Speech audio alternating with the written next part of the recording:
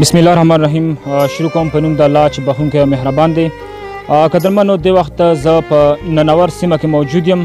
په دې موقع باندې زموږ سره کابل جان صاحب هم موجود دی چې د پښتو سندرغاړی دی او په لار بار پښتنو او مسافرانو په زړونو کې یو ځای جوړ کړی دی. یقینا چې زما خپل هم ډېر خوښ دی او ټول پښتانه په مین خلک دي. په دې موقع باندې راسره موجود دی.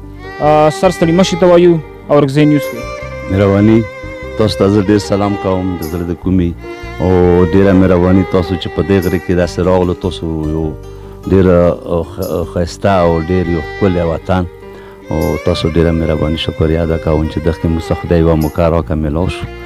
نو بس ډېره مهرباني. نو یا خبرې چې څه وي سر تاسو یقینا چې مصروفیت هم زیات دي. څنګه مو خوښه وکړه چې دلته مو پېښه وکړه په اچانک؟ نو اصلیت کې دا خو د مو ملک هم دی، وطن هم دی او بس کوزه خو دشته ګرمي وه او بیا دلته چې کوم دی د افسرانو صاحبانو پروګرام هغه وروغوښتم. نو بس بیګا هم پروګرام وکړه. بیا هغو نن وویل چې راویسار شه که نه.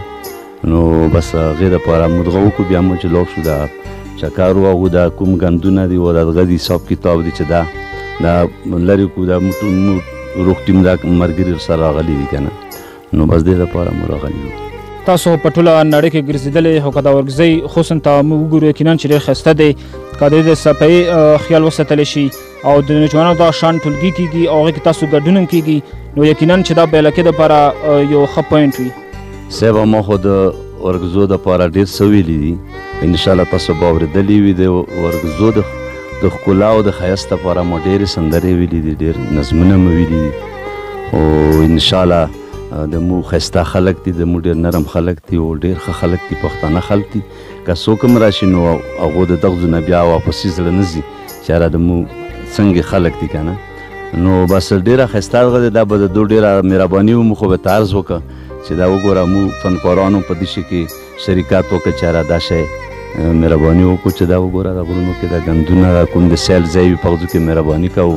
خپل خوی مه کوو ځکه چې بیا خلک په میډیا باندې د شی ګوري نو ډېر افسوس کوي چې راوسه پورې دغو خلکو کې څه عقل شعور نه دی راغلی او ماشاءالله نن سبا خو د مو خلک ډېر مخکې دي او ډېر تعلیم یافته دي، ډېر ډاکټران دي، ډېر په ښه لیول باندې روان دي.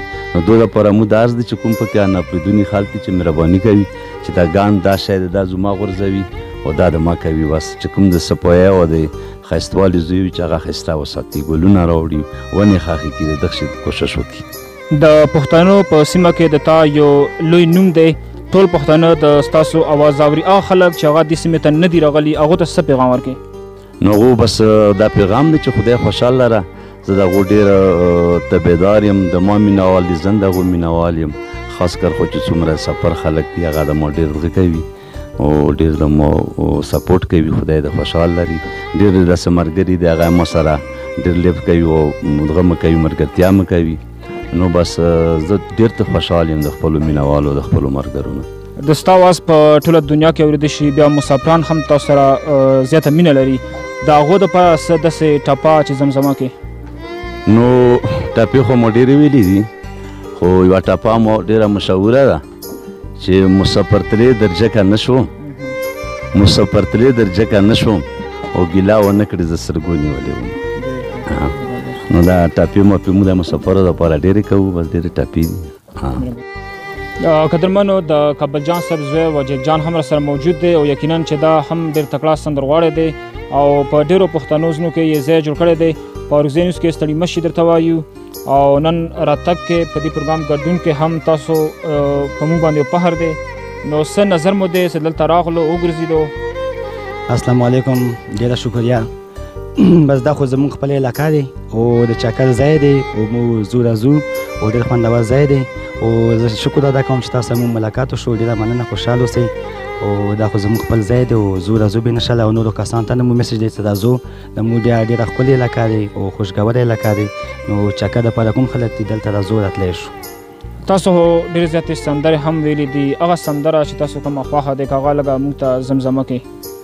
نو سندرې خو ډېرې دي او خوښه سندره خو به زه د خپلې علاقې پورې وایم ځکه چې اوس د هغې یو دور د موسمې دی. نو زموږ د علاقې وګنه دی چې جنان راشه په تیرا کې رنګینې شوې جانان راشه په تیرا کې رنګینې شوې ونې د غوزانو راخورې شوې ونې د غوزانو راخورې شوې جانان راشه په تیرا کې رنګینې شوې ونې د غوزانو راخورې شوې ونې د غوزانو راخورې شوې. ډېر زبردست یقینا چې را مزه وکړه. هغه خلک چې هغه زموږ سیمې ته نه دي راغلي او هغه غواړي چې زموږ دې سیمې ته لاړ شو هغې ته تاسو څه پیغام دی؟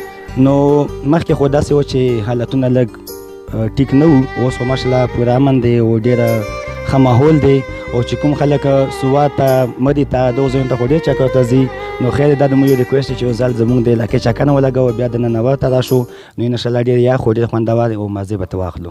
دا زما خپل مینوال ته پیغام دی. زه دا وخت په ډسټرک اورکزۍ کې ناست یم. اورکزۍ ډېر ښکلی وطن دی او فیروز خیل دا قوم دی د چا چې زه مېلمه یم